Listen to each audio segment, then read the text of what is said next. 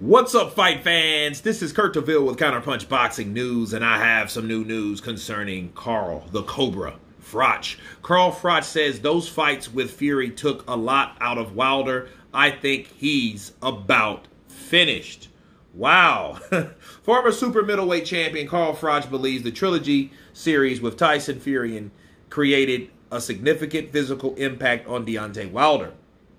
And he said, I feel those fights with Fury have taken a lot out of Deontay Wilder. He got knocked down a few times, badly hurt, stopped. Those beatings, they can't go unnoticed. They take the stamina bar down. Every single fight ages you. You leave a piece of what you have in the ring every time you have a bad fight, Froch stated in his YouTube channel. He says, I'm sorry. I think he's about finished. I don't think his mind is in the right place. I think that performance was not the Deontay Wilder that I expect.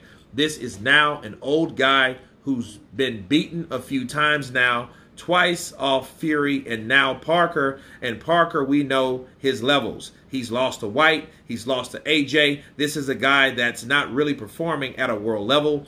I'm not saying he can't. He might come back. Parker is back, done really well. I think Deontay Wilder's finished. I don't want to take the shine off of Parker by playing down Wilder because that was a great performance, but I think Deontay Wilder needs to just finish. And let me counterpunch. Carl, that's exactly what you're doing.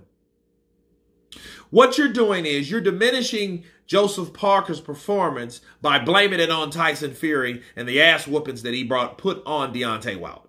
That's exactly what you're doing. You didn't say that shit last year when he knocked people out. And I've been telling people forever since that fight happened when he knocked out Hellenius in I don't know how many seconds. When he knocked him out, I was like, hey, people, you need to slow your roll. You guys need to calm down because he ain't took a punch yet. We don't know what he has left. Wilder ain't took a punch yet. So how do we know he's back or not just because he's able to throw a punch and land one? You know what I'm saying? Especially in the first round. Everybody went ape shit, including Carl Froch. Okay? Being British, right? He jumped on that bandwagon too. His hatred for AJ or whatever he has against AJ. He jumped on that bandwagon and was like, oh, no. Wilder would destroy him. Wilder would kill him. Now, since he got beat by Joseph Parker, oh, Tyson Fury is the reason Wilder's like that. He might as well finish. He might as well retire. He got beat too much. You lose every time you lose, you know, and you're getting a bad loss. You lose something or you leave something in the ring and all this shit. You know what I mean? Listen, Joseph Parker did well. He did very well. He worked a game plan. He came from the same company, the same team, the same people, the same roots of the people that were there witnessing Tyson Fury beat Wilder because they knew how Wilder fought. And if you don't know Wilder, you haven't fought him. They fought him 3 times. Andy Lee was there. Okay, Andy Lee trains Joseph Parker. Okay, so I don't understand why you guys can't just see Joseph Parker is back and you can't just take away Joseph Parker's victory just because Wilder has been in a few hard fights and a couple of fucking years ago. Okay, it would be different. Now, this is what I would agree with Carl if it made sense, which it don't. Why do I say that? It's because, okay, if Wilder's finished, okay, that meant that he has no punch resistance. That's a lie.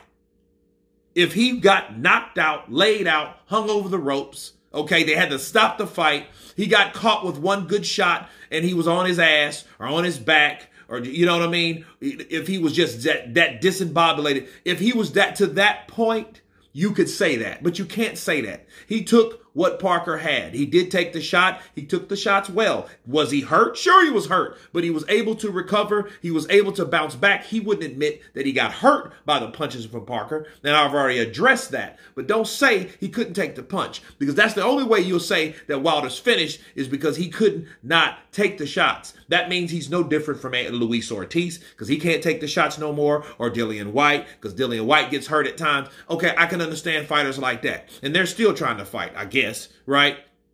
But Wilder took those shots, so you can't say he's completely done, and you can't blame it on a whole nother fighter or a whole nother saga of fights a couple years ago. That's not fair to Joseph Parker because Joseph Parker did a damn good job and he followed a damn good game plan. Okay, so for him saying, oh, well, I'm not trying to take anything away from Joseph Parker, that's exactly what you did by bringing up that Tyson Fury fight or fights. You know what I'm saying? Now, could that have had anything to do with it? The only thing that I give credit for is the fact that Tyson Fury is cousins with Andy Lee. Andy Lee is a coach and trainer of Joseph Parker, and they're all fucking friends. Okay, so he took advice. He took experience. He took things that they gave him and they shared with him in order to put a good enough game plan to beat Deontay Wilder. Okay, Deontay Wilder, I think he was a little rusty. But other than that, Joseph Parker is the man of the hour. Give the man his props without bringing in anybody else for other reasons that have nothing to do with what happened on the 23rd of December. But anyway, you guys tell me what you think of Carl the Cobra Froch stating that Deontay Wilder's finished because of the ass beatings and punishment that he took from Tyson the Gypsy King Fury. Of course, please subscribe. And you guys been Counterpunch. Peace!